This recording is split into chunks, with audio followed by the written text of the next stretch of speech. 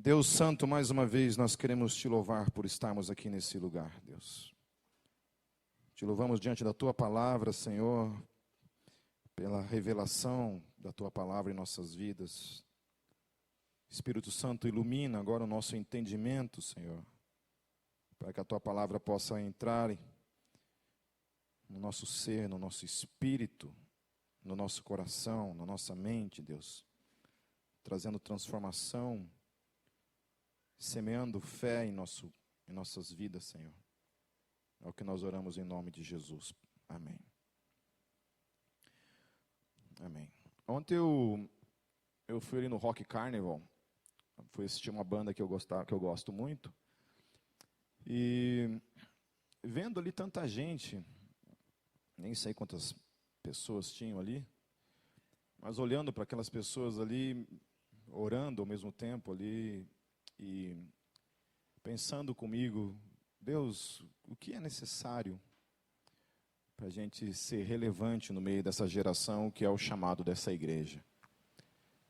Que tipo de evangelho a gente precisa apresentar que alcance a cultura underground, que é uma cultura tão inversa, tão contrária àquilo que tradicionalmente a gente chama de cristianismo, né, de fé.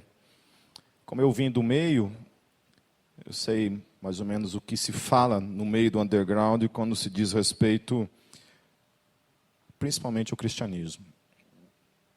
Esses tempos eu vi um documentário nacional falando sobre a cena underground e principalmente a questão da possibilidade de bandas de metal, de hardcore, de rock and roll, de modo geral, falarem acerca do evangelho. E alguns caras ali nesse documentário achavam interessante, falavam, não, acho legal, acho que não existe uma regra, uma lei dentro do heavy metal que seja, que proíba as pessoas de falarem daquilo que elas queiram falar. Aí tinha 3 lá que era faca na caveira. Não, o metal é do Satanás, não tem conversa, né? Não tinha diálogo. Aí os caras usam os álibis lá, dá a impressão que eles inventaram o heavy metal e eles patentearam o heavy metal, e daí o heavy metal é deles e ninguém pode utilizar. E aí, nisso ali, pensando sobre isso, pensando sobre essa igreja e a forma como a gente anuncia o evangelho nos domingos aqui, em especial na hora da exposição das Escrituras, que é o que a gente vai fazer agora, eu lembrei que o David, por meio da banda No Longer Music, lá na Europa, países pós-cristianismo, países onde o cristianismo está sendo algo do passado, que não faz parte mais da cultura das novas gerações. Quando você assiste um show do No Longer Music, você vê que o David ele não fala nada de, filosoficamente falando, complicado demais. Não tem nenhuma abordagem científica, nenhuma abordagem filosófica. Apenas o evangelho puro e simples. Cristo crucificado. E aquilo tem o poder de levar uma geração pós-cristã, uma geração relativista, uma geração ateia, a crer. Crer de maneira que a gente não tem explicação. Simplesmente o evangelho é exposto de maneira simples e algo acontece na vida daquelas pessoas que ouvem. Outras, o evangelho não tem relevância nenhuma, aquilo não adentra no coração das pessoas, na mente delas, e outras têm suas vidas transformadas pelo evangelho puro e simples. E pensando nisso, eu realmente me animei com relação a isso, a continuar fazendo exatamente aquilo que essa igreja tem feito nesses 15 anos de existência. Continuar falando do evangelho puro e simples, sem buscar novidades, sem buscar algo novo, que é o que se tem por aí, né? Quando alguém aparece na internet, no YouTube, com um novo cristianismo para apresentar, eu estremeço por dentro. Dá até medo de ver o que acontece. Quando um cara aparece com uma fórmula nova, dizendo que agora sim o cristianismo dele é o verdadeiro e tudo que veio antes não vale para nada, e só o dele que agora vale. E apenas como uma forma de encorajamento para todos nós, eu creio, meus queridos, realmente que o Evangelho puro e simples ainda é a ferramenta mais poderosa nas mãos do Espírito Santo para a transformação do ser humano. Transformou a minha. Eu era um punk revoltado com tudo. E quando o Evangelho me foi apresentado, ele transformou a minha vida. Isso há 26 anos atrás. No Carnaval, agora, fez 26 anos que eu estou em Cristo caminhando. E amém por isso. Amém. Glórias a Deus por isso. Hoje eu quero falar a respeito do toque da fé. Vamos tratar algumas questões aqui a respeito, literalmente, do toque. E quando ele é feito por meio da fé, a implicação dele. Então vamos lá, a partir do versículo 21, Marcos 5. Me acompanhe. Nós vamos lendo, nós vamos comentando o texto. Diz assim: Tendo Jesus voltado de barco para outra margem, uma grande multidão se reuniu ao seu redor, enquanto ele estava à beira do mar. Então chegou ali um dos dirigentes da sinagoga, chamado Jairo. Vendo Jesus, prostrou-se aos seus pés. Ele implorou insistentemente: Minha filhinha está morrendo. Vem, por favor, e impõe as mãos sobre ela, para que seja curada e viva. Então, Jairo era um dirigente de uma sinagoga, ele não era necessariamente um rabino, alguma coisa assim, mas ele era um cara que cuidava de uma sinagoga. E para quem não sabe o que é sinagoga, sinagoga eram os tipos de igreja que o judaísmo tinha. Igreja é um nome que vem depois, que Jesus instala, utiliza esse nome, e que nós utilizamos até hoje, que é você. Você é a igreja, e quando nós nos reunimos, isso aqui também é a igreja. A igreja, então, não é o óbvio, né? A igreja não é parede, por mais que a gente também chame, né? Vamos na igreja, a gente fala, né? Você não vai para o inferno porque você fala isso, né? Necessariamente. Você não está falando uma coisa herética por causa disso, porque isso se tornou uma tradição. É normal você falar isso. Tem gente que não, que se revolta, que você fala, vamos na igreja. Ele não, meu irmão, a igreja é você e eu, né? Lá é só uma parede, né? Então, eu odeio gente assim. Eu odeio quando vem me falar o óbvio. É verdade. Se tem uma coisa que eu tenho raiva é quando vem me falar o óbvio. É sério que não é a igreja, que a igreja são as pessoas. Por favor, vai arrumar, vai plantar batata, sei lá, alguma coisa. Né? Quando você fala assim, eu adoro chocolate. Aí ele fala, não, irmão, adorar só a Deus. Né? Não dá vontade de andar com um teaser no bolso e dar uma torradinha no indivíduo? O Gabriel, na escola dele, volta e meia, ele voltava lá, pai, os caras me enchem o saco lá, porque eu falo que eu adoro jogar videogame. Os caras, não pode adorar videogame, você pode adorar Jesus. Eu falo, manda plantar batata, filho. Em nome de Jesus. Vai plantar batata em nome de Jesus. Pronto. Então, eu odeio quando eu falo essas coisas óbvias para mim. Então, voltando no espírito, Jairo ele era um dirigente de uma sinagoga, que era uma espécie de igreja. Okay? O judaísmo só tinha um templo, que era o templo que havia lá, que ia uma vez por ano apenas. Somente os levitas moravam dentro do templo. Mas haviam, então, as sinagogas espalhadas pelo Império Romano. E, então, Jairo era o dirigente de uma dessas sinagogas. Uma coisa interessante nesse texto é que fala que Jairo ele se prostra diante de Jesus. Ele se prostra e o texto diz que ele implora insistentemente. Não foi apenas uma questão de chegar e, diante do desespero, e pedir para Jesus curar sua filha, mas o texto fala que ele se prostra diante de um homem chamado Jesus. Domingo passado eu falei sobre essas questões da revelação implícita no Evangelho e aquelas coisas que são explícitas. Isso é um tipo de ensino implícito. O fato de Jesus permitir que um homem se prostre diante dele, sendo ele, entre aspas, apenas um homem. Quando Jesus permite que um ser humano se prostre diante dele, se humilha diante dele, isso denota alguma coisa. Porque depois lá em Atos, quando as pessoas chegam também para os apóstolos e se ajoelham e se prostram diante dos apóstolos, os apóstolos repreendem eles na hora e falam, não, porque nós somos homens.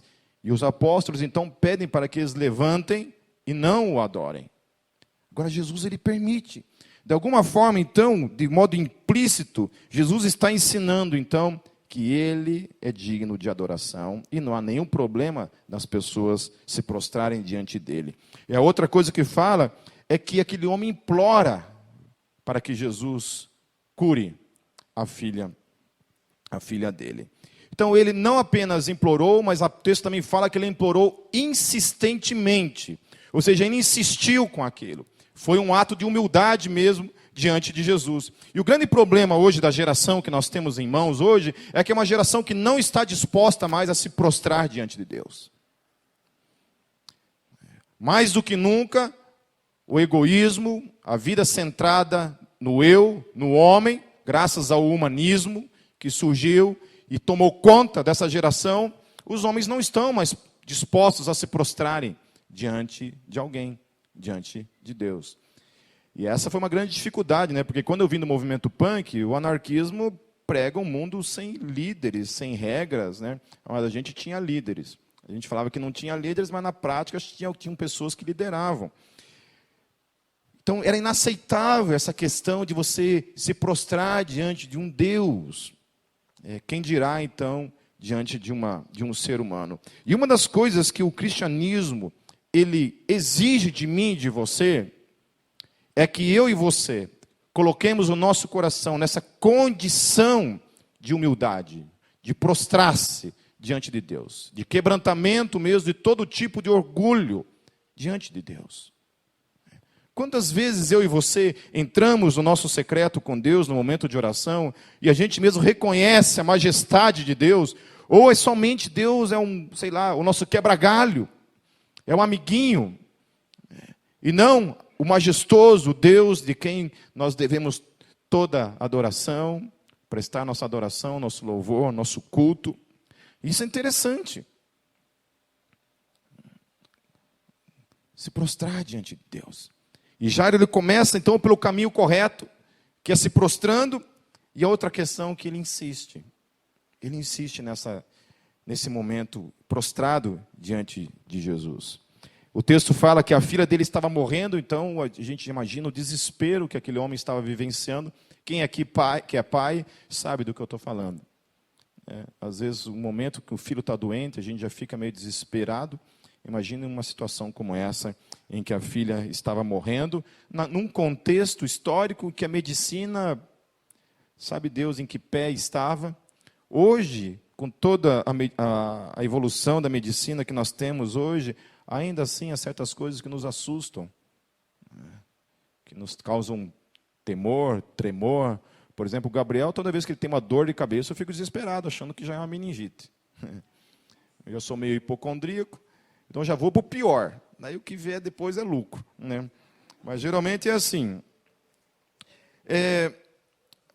A outra coisa que ele fala ali, o texto fala, é que Jairo pede para Jesus ir até ela e impor as mãos sobre ela. Agora, por que ele pede para Jesus ir lá pessoalmente? Por que Jesus simplesmente não faz, ele não pede, por exemplo, como aquele centurião romano tinha feito com Jesus? Não, Jesus, você não precisa ir para minha casa. Não precisa ir lá. Fala de onde você está, você dá uma ordenança e minha filha vai ser curada onde ela estiver. Por que Jesus não se depara novamente com uma situação como essa? Por que aquele cara não oferece esse tipo de proposta para Jesus ali, simplesmente? Por que ele não faz esse tipo de coisa? Jesus, ele sempre age segundo a fé do indivíduo.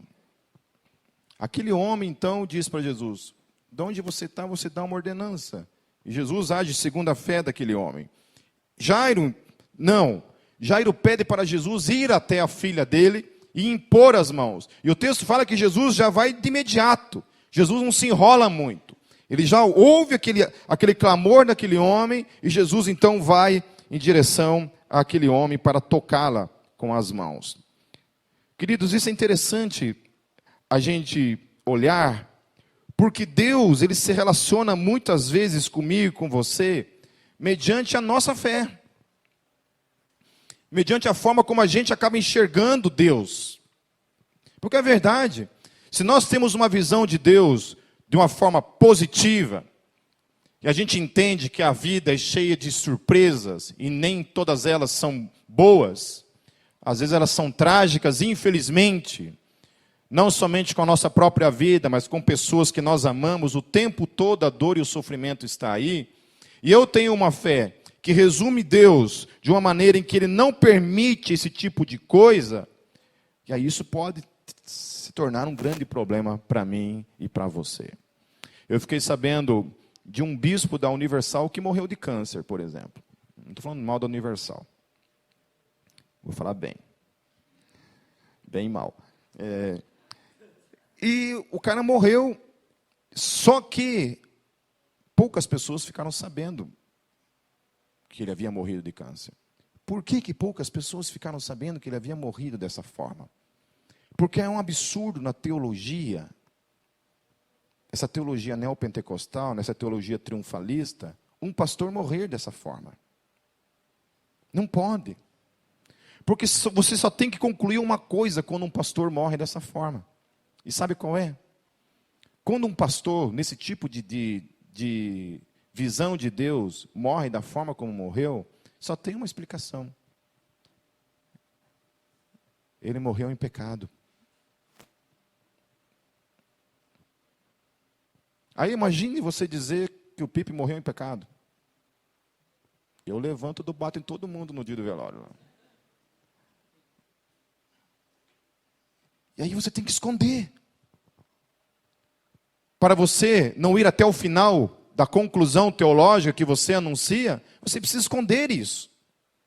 Você não pode falar que aquela pessoa morreu dessa forma, porque a teologia não permite. Então, conforme você tem uma visão acerca de Deus, você delimita a fé acerca de Deus, Deus age segundo essa maneira. Pode ser uma doença, pode ser alguma coisa que surgiu errado no caminho, sei lá, ficar desempregado, um acidente de carro, um filho doente, às vezes o dinheiro não dá, coisas desse tipo. E Jesus, ele age então segundo a fé. Naquele centurião, Jesus olha e fala assim: eu nunca encontrei tamanha fé. E nesse homem, Jesus, ao ver o desespero daquele homem e ver naquele homem fé, humildade, reconhecimento e insistência, Jesus então responde de imediato àquele homem. Versículo 25 e 26 diz assim: estava ali certa mulher que havia 12 anos vinha sofrendo. É isso. Não, 24 primeiro, tá? Eu pulei o 24. Jesus foi com ele, uma grande multidão o seguia e o comprimia. E estava ali certa mulher que havia 12 anos vinha sofrendo de uma hemorragia. Ela padecera muito sob o cuidado de vários médicos e gastara tudo o que tinha, mas em vez de melhorar, piorava.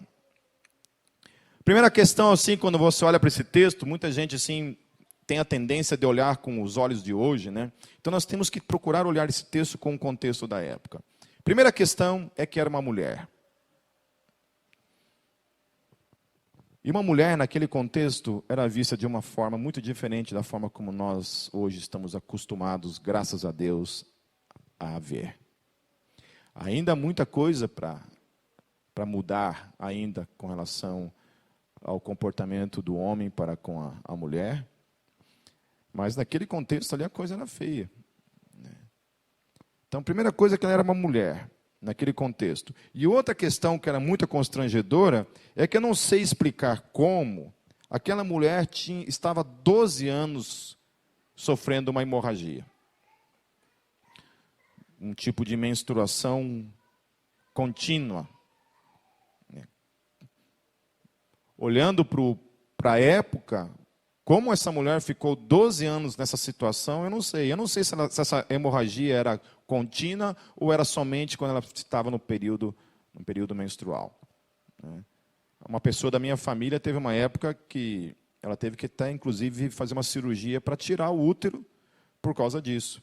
Porque todas as vezes em que ficava no período menstrual, era um problema, tinha que ir para o hospital, porque perdia muito sangue, ficava anêmica, tinha que fazer tratamento. Aí a solução que os médicos deram foi realmente pegar e retirar o útero.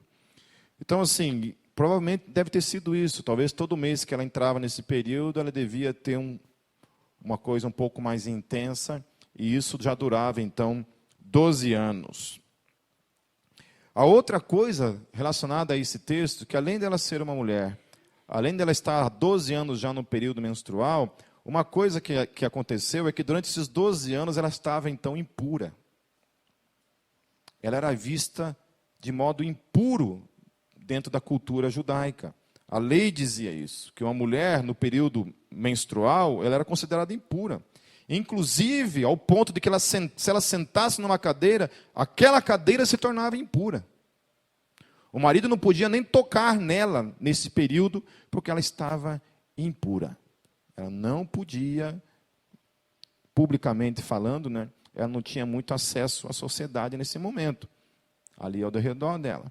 Então você imagina essa mulher vivendo esse tipo de isolamento contínuo durante 12 anos de sua vida.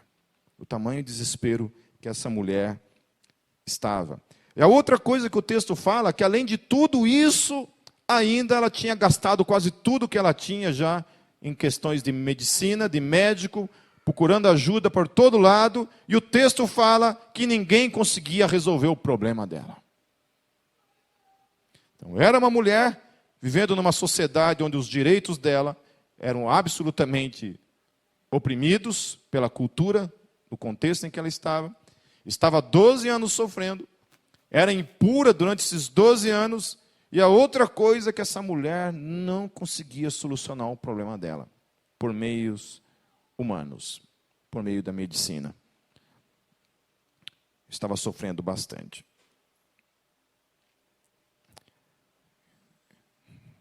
E aí, meus queridos, o que é impressionante nessa história, e que essa mulher vai ensinar muito para mim e para você, é como alguém consegue, depois de passar por tudo isso, extrair fé.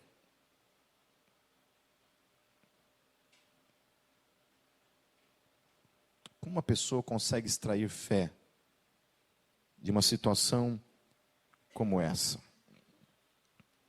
Versículos 27 e 28 dizem assim: quando ouviu falar de Jesus, chegou-se por trás dele, no meio da multidão, e tocou em seu manto, porque pensava, se eu tão somente tocar em seu manto, ficarei curada. Ela não somente tinha fé, mas ela tinha um tipo de fé meio mística, vocês não acham? Uma fé esquisita. Porque em nenhum momento o texto fala que ela tocou em Jesus. Ela tocou apenas no manto de Jesus. Foi na roupa de Jesus que ela tocou, e não no corpo, literalmente, de Jesus. Ela acreditava que se ela tocasse na roupa de Jesus, no manto de Jesus, ela seria curada. A gente tem um Deus ressurreto na nossa vida, vivo, todos os dias, que venceu a morte, é um fato histórico. O cara que duvida disso hoje não tem cura. Isso é o tipo de coisa que não tem cura. É um tipo de descrença que, olha, só um milagre da parte de Deus mesmo. Uma pessoa argumentar que o cristianismo surgiu de algum tipo de mentira.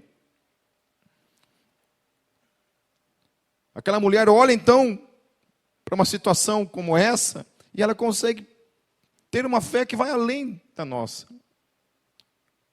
Uma crença que consegue perceber que ela pode tocar no manto de Jesus e ser curado. Enquanto isso, nós temos fé num Deus vivo e a gente não é capaz de acreditar nem que Ele cura, muitas vezes.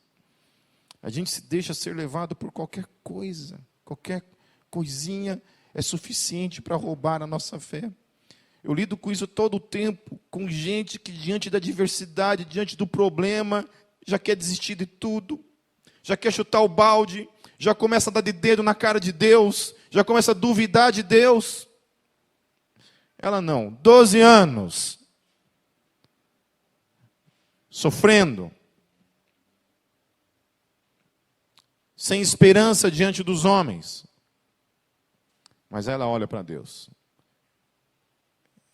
E na sua inocência ela consegue olhar a possibilidade de então apenas tocar no manto de Jesus e ser curado dessa forma. Versículo 29 em diante, diz assim: imediatamente cessou sua hemorragia, aleluia. E ela sentiu em seu corpo que estava livre do seu sofrimento, aleluia. No mesmo instante, Jesus percebeu que dele havia saído o poder. Virou-se para a multidão e perguntou: quem tocou em meu manto? Perceba que ele fala: quem tocou em meu manto, e não nele. Responderam os seus discípulos: vês a multidão aglomerada ao teu redor e ainda perguntas: quem tocou em mim? Mas Jesus continuou olhando ao seu redor para ver quem tinha feito aquilo. Então a mulher, sabendo o que lhe tinha acontecido, aproximou-se, prostrou-se aos seus pés e, tremendo de medo, contou-lhe toda a verdade. Então ele lhe disse: filha, a sua fé a curou. Vá em paz e fique livre do seu sofrimento. O toque daquela mulher, a forma como aquela mulher tocou no manto de Jesus, não em Jesus, mas tocou no manto de Jesus, libertou ela. Trouxe cura sobre ela. Eis aí o grande mistério da fé. E que eu e você não temos como explicar. Não temos como explicar o grande mistério daquilo que a gente chama fé. Sabe por quê? Deus é meio estranho. Porque Jesus não sabia de nada. Jesus estava ali. Aquela mulher tocou nele. Jesus não falou nada. A fé dela literalmente moveu o poder de Deus por meio de Jesus, através do seu manto, e curou aquela mulher. Sem Jesus ter feito absolutamente nada de modo consciente. Pelo menos é o que o texto diz. Ele só sabe que saiu o poder dele. A única coisa que o texto diz é isso. Ele, peraí, saiu o poder de mim. Alguém me tocou de modo especial. O poder sai dele sem ele ter nenhum tipo de ação consciente. Às vezes pode acontecer isso, meu querido. A tua fé é tamanha que você pode mover o poder de Deus na sua vida de modo inconsciente, muitas vezes. O que eu quero dizer com isso? Hoje o grande dilema da humanidade está sendo essa tal de depressão para tudo que é lado, né? Eu já sofri disso. Depressão, síndrome de ansiedade, síndrome de pânico e outras coisas mais. E eu vejo gente, meus amores. Meus amores foi meio estranho. Beijinho para vocês. Eu amo vocês, então é meus amores de alguma forma. Eu vejo gente que se encosta na tal da depressão, sabe? Eu não estou dizendo que de todos que eu conheço é assim. Eu sei que tem muita gente que luta mesmo, gente, sofre mesmo com isso, sofre de verdade. Mas vejo também gente que não faz nenhum esforço para sair desse buraco, se encosta no negócio, gosta do negócio. Sabe? Existe um tipo de fé que faz você mover as coisas na vida, que não necessariamente, gente, é consciente. E que você pode manifestar na sua vida. Eu não estou querendo criar em você um tipo de espiritualidade fora de Deus, fora da dependência de Deus, não é isso. Eu estou dizendo que ali o que aconteceu foi isso. Aquela pessoa queria ser curada, Jesus não foi nem um agente consciente disso. O poder simplesmente saiu dele, tamanho foi o toque daquela mulher no manto dele. O toque de fé dela proporcionou isso. Então você tem isso. Você tem um mover da parte de Deus, soberanamente, em Jesus, de modo inconsciente. E que surge por meio do agente que crê. Há momentos que você crê, e Deus conscientemente não te ouve, ou melhor, não te atende, na sua soberania. Você clama, chora, desesperado, e Deus fala, não! E eu não sei explicar por que ele diz não. Já há lugares de pessoas que simplesmente não creem. E Deus cura igual. Deus opera um milagre em lugares de pessoas que não creem. Estava conversando com uma menina lá de São Paulo, no Compacta, e ela precisava fazer uma viagem, ela não tinha dinheiro para viajar. E ela me falou assim, Pipe, eu nunca acreditei nesses negócios meio sobrenatural. Né? Hoje tem também esse tipo de gente, que é crente e não acredita no sobrenatural. Não sei como é que isso acontece, só sei que é assim. E ela não acreditava muito nessas coisas de providência, sei lá. Moral da história é que ela precisava de dinheiro para viajar e não tinha dinheiro. E ela foi na conta dela, chegou lá, tinha o dinheiro que ela precisava. Apareceu lá. Ela ligou para um monte de gente, falou assim, você depositou alguma coisa para mim? Não. Ligou para outras pessoas possíveis e ninguém tinha depositado. Aí eu falei no carro para ela, bem assim na hora. Falei, sacanagem. Você que não crê, Deus dá dinheiro. Eu que creio, não dá um tostão.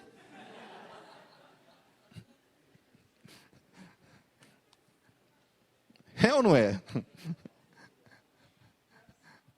Duvida de tudo, e Deus vai lá, dá uma graninha, aparece na conta dela. A gente crê, só se lasca na vida.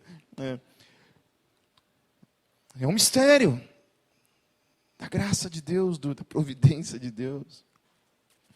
E obviamente que há lugares em que a gente crê, e Deus de modo consciente, ainda assim, responde de modo positivo, atendendo.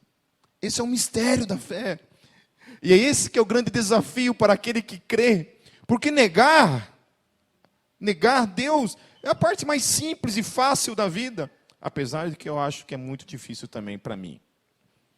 Mas você caminhar nesse mundo do universo da fé, aonde questões acontecem e você fica assim sem entender por que Deus cura gente que não crê. E gente que crê, Deus não cura. Por que isso acontece? Eu não sei. Eu não sei.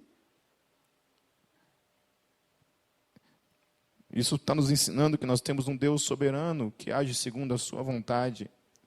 Uma das grandes discussões para mim, quando nós discutimos essa questão de livre-arbítrio, teologicamente falando, é que vocês perceberam que a gente sempre isenta Deus da liberdade também. A gente sempre diz acerca da liberdade dos seres humanos, a gente fala de livre-arbítrio, que o ser humano tem livre-arbítrio, e a gente sempre isenta Deus disso. Parece que Deus não é livre. Todos nós temos a liberdade de escolher quem a gente quer casar, com quem nós queremos nos relacionar. Nós temos escolhas diárias, a gente faz opções diárias de escolha. E Deus não.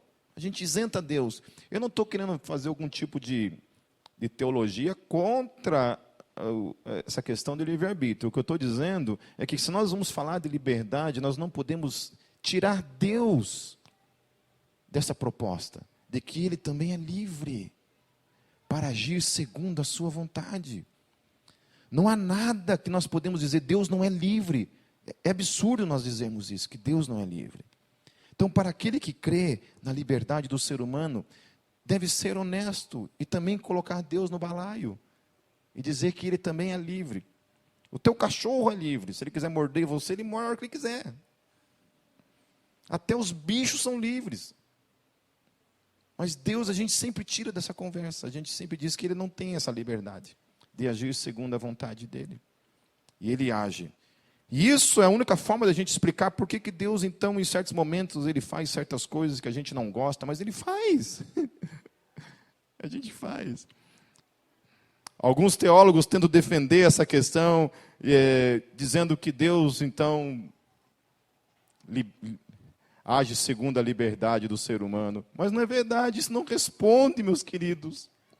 Não responde quando Deus age segundo aquilo que a pessoa não crê. E Deus ainda vai lá e age. O texto fala, alguns textos das Escrituras falam que Jesus não pôde curar em certos lugares porque aquelas pessoas não acreditavam, não tinha fé. Deus fica isento, não cura, porque aquelas pessoas não criam. Há outros momentos que as pessoas não criam e Deus ainda assim vai lá e cura. Por que Deus? Porque Ele é livre. Como a gente não tem um 0800 para ligar lá para o céu e perguntar para Ele, o que é? Qual que é? O que você utiliza, Deus, para isso? A única explicação bíblica que nós temos é a sua soberania. Ele é livre para agir segundo a sua vontade. Amém? Amém? Ou Deus não pode agir segundo a sua vontade, a gente que manda nele? Fala amém para ver uma coisa, eu dou uma pedrada daqui. Amém? Amém? Ô, amém, michuruco. Ai, desculpa, então confundi vocês, foi isso? Amém? Que Deus é soberano? Amém. Aleluia, isso aí. Se nós deixarmos de crer na soberania de Deus, meus queridos, nós não podemos nem sair por essa porta fora. Porque eu terei medo até da minha sombra. É por crer num Deus soberano, que eu creio que Ele tem a minha vida por completo em suas mãos. E que absolutamente nada vai acontecer comigo fora da sua soberania. Mesmo que seja o mal. Soberanamente, Ele é Deus sobre todas as coisas. Amém. Amém. Isso aí, bonito.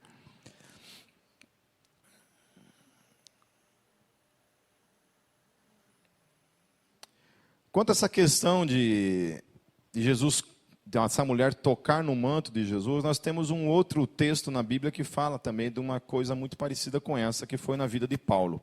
Abram as suas Bíblias em Atos 19, o versos 11 e o verso 12.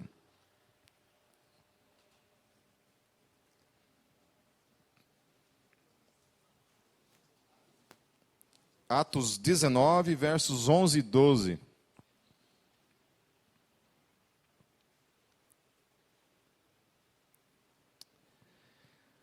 Diz assim o texto: Deus fazia milagres extraordinários por meio de Paulo, de modo que até lenços e aventais que Paulo usava eram levados e colocados sobre os enfermos. Estes eram curados de suas doenças e os espíritos malignos saíam deles. Aleluia. Já pensou você levando a toalhinha do Pipe para casa? Hein? Misericórdia, né? Com a minha fotinha assim, ó. Obviamente que nós não vamos fazer um comércio da fé aqui nessa igreja.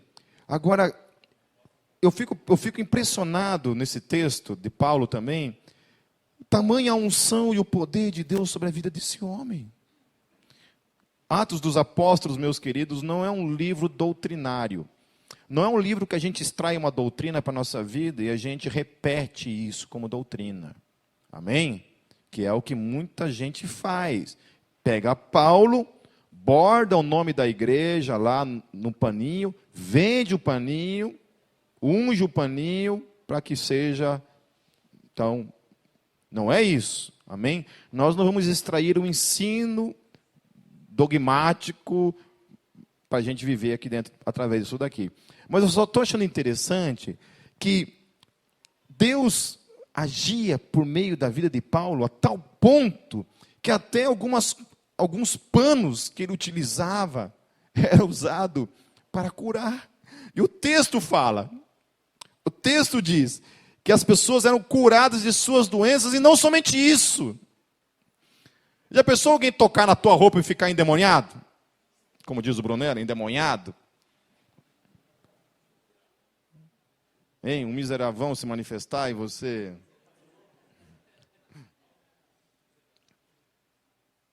É loucura isso!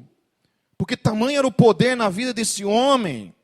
Assim como foi na vida de Jesus. Jesus está andando ali e ele sente que sai poder dele. Os homens e mulheres são tão cheios do Espírito Santo de Deus na vida deles, que a roupa deles tem poder. Nossa, que frase ousada, né? Eu estou dizendo aqui o que está escrito aqui. Volto a falar, nós não vamos fazer isso daqui uma regra e vender paninho amanhã, não é isso.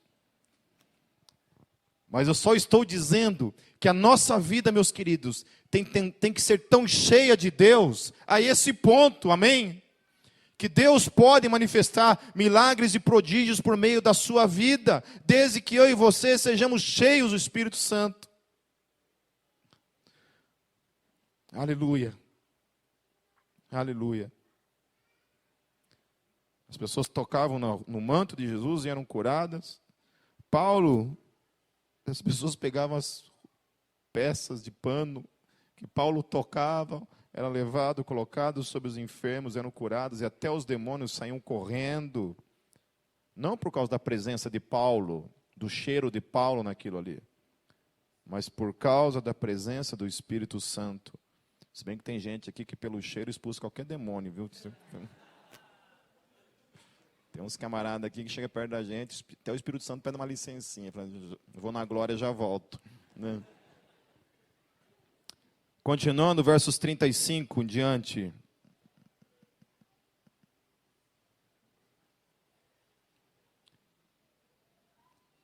Enquanto Jesus ainda estava falando, voltando para Marcos 5, enquanto Jesus ainda estava falando, chegaram algumas pessoas da casa de Jairo, o dirigente da sinagoga. Sua filha morreu, disseram eles, não precisa mais incomodar o mestre. Não fazendo caso do que eles disseram, Jesus disse aos dirigentes da sinagoga, não tenha medo, tão somente creia. E não deixou ninguém segui-lo, senão Pedro, Tiago e João, irmão de Tiago. Quando chegaram à casa do dirigente da sinagoga, Jesus viu um alvoroço, com gente chorando e se lamentando em alta voz. Então entrou e lhes disse, por que todo este alvoroço e lamento? A criança não está morta, mas dorme. Mas todos começaram a rir de Jesus. Ele, porém, ordenou que eles saíssem. Tomou consigo o pai e a mãe da criança e os discípulos que estavam com ele, e entrou onde se encontrava a criança. Tomou-o pela mão e lhe disse, Talita cumi, que significa, menina, eu lhe ordeno, levante-se. Imediatamente a menina, que tinha 12 anos de idade, levantou-se e começou a andar. Isso os deixou atônitos. Ele deu ordens expressas para que não dissessem nada a ninguém e mandou que dessem a ela alguma coisa para comer. Então Jesus está lá, acabou de operar um milagre, meio que de modo inconsciente. Aquela mulher é curada. Lembram-se que no começo Jairo havia chego e dito que a filha estava doente e pediu para Jesus ir curá-la. Nesse meio episódio, então, no meio desse episódio, acontece a cura dessa mulher. E aí, quando Jesus termina aquilo ali, os amigos de Jairo chegam e trazem uma notícia. A menina havia morrido. A menina havia morrido. Uma coisa interessante que eles falam no texto ali, eles falam assim, não incomodam mais o mestre. Porque diante da morte, não tem mais o que ser feito, não é mesmo? Às vezes a gente está nessa situação por muito pouco menos do que isso. Às vezes a gente decreta a morte do nosso ministério, a gente decreta a morte do nosso casamento, a gente decreta a morte dos nossos relacionamentos, a gente decreta a morte de tantas coisas na nossa vida, tantos sonhos que a gente vai desistindo pelo caminho, e a gente decreta a morte. E morte é isso, morte é o fim. Literalmente, não tem mais muito o que fazer. Ao ponto que aqueles homens então falam assim, olha, não precisa mais incomodar ninguém não, porque a menina já morreu. Agora não tem mais nada o que fazer. Em outras palavras, também eles estavam delimitando o poder de Jesus. Porque é a primeira vez que Jesus vai se deparar com uma situação como essa. Até então, Jesus já tinha curado muitas pessoas, Jesus já havia expulsado muitos demônios, Jesus já havia operado alguns prodígios, mas ninguém tinha visto Jesus ressuscitar. E por isso eles delimitavam o poder dele diante disso. Então a menina morre, eles pensam, bom, aqui esse Jesus aí é bom, mas não é para tanto, né? Ele até tem poder, mas aí também não. Então não incomode mais ele. E Jesus então se volta para Jairo e diz, não tenha medo, Jairo, apenas creia. Apenas creia, continue crendo, meus queridos. Por mais que a situação está difícil, por mais que você tenha vontade de desistir das coisas, por mais que as coisas pareçam estarem mortas, por mais que as coisas pareçam não ter mais esperança, por mais que as coisas pareçam não ter mais solução, Jesus está dizendo para mim e para você, não tenha medo. Creia. Creia. Continue crendo. Continue em frente, crendo. Jesus olha para aqueles homens e fala, não está morta. Talvez seja isso que Jesus está querendo dizer para mim e para você nessa noite. Meu querido, você não está morto. Seu ministério não está morto. Teus sonhos não estão mortos. Teu casamento não está morto. Creia. Ele pode, meus queridos. Pode. Amém? Ele pode. Aí o texto diz que as pessoas riem dele. Quantas vezes eu me deparei com situações em que a gente fala para a pessoa assim, Deus pode, tenha fé, continue. A pessoa dá risada e fala, não, já era, tem como, tem jeito, creia. Não seja essa pessoa que ri da esperança, que ri da fé, que ri da possibilidade de mudança, de transformação. Creia. 12 anos aquela mulher estava naquela situação e ela creu. Esse homem se depara de uma situação de morte, literalmente, e ele é desafiado então a não ter medo e a crer. E aí acontece o segundo toque nessa história. O primeiro toque é daquela mulher tocando em Jesus, e o segundo toque é quando Jesus vai lá, e o texto fala que Jesus chega e ele toca naquela menina. E quando ele toca naquela menina, ela ressuscita. Aleluia. E o primeiro milagre de ressurreição, então, acontece no ministério de Jesus. Eu nunca vi um morto ressuscitar, infelizmente. Não sei se isso é, de alguma forma, alguma coisa normal, ou se é uma vergonha para a minha fé ainda não ter presenciado isso na minha vida. Porque a Bíblia, ela fala que os discípulos dele fariam coisas maiores do que ele. Por isso eu falei aquela hora que Deus age segundo a tua fé em alguns momentos. Ele não está restrito a isso, mas ele age segundo a tua e a minha fé. E aí de que tipo de fé nós estamos falando? Até onde vai a minha e a tua fé? Todas as vezes que eu estou num velório, eu tenho vontade de orar para ressuscitar o morto. Verdade. Se vocês me viram num velório, pode apostar que eu estou me coçando para orar pelo morto. Se vocês morrerem, eu posso orar por vocês? Depende. Depende de quem. Depende de quem eu oro. Tem uns aí que, se forem orar para ressuscitar, eu dou uma bicuda.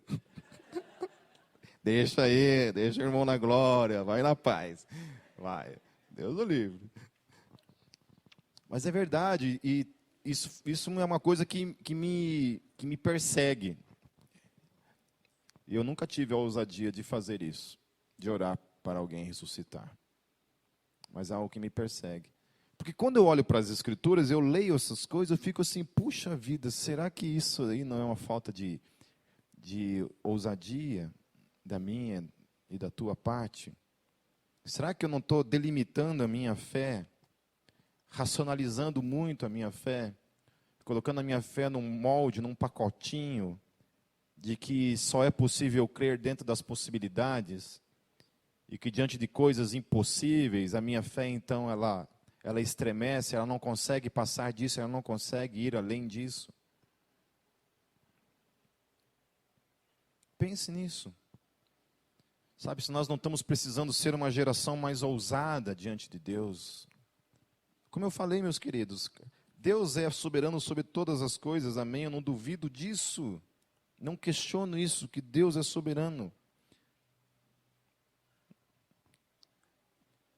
Mas eu queria desafiar todos nós como igreja.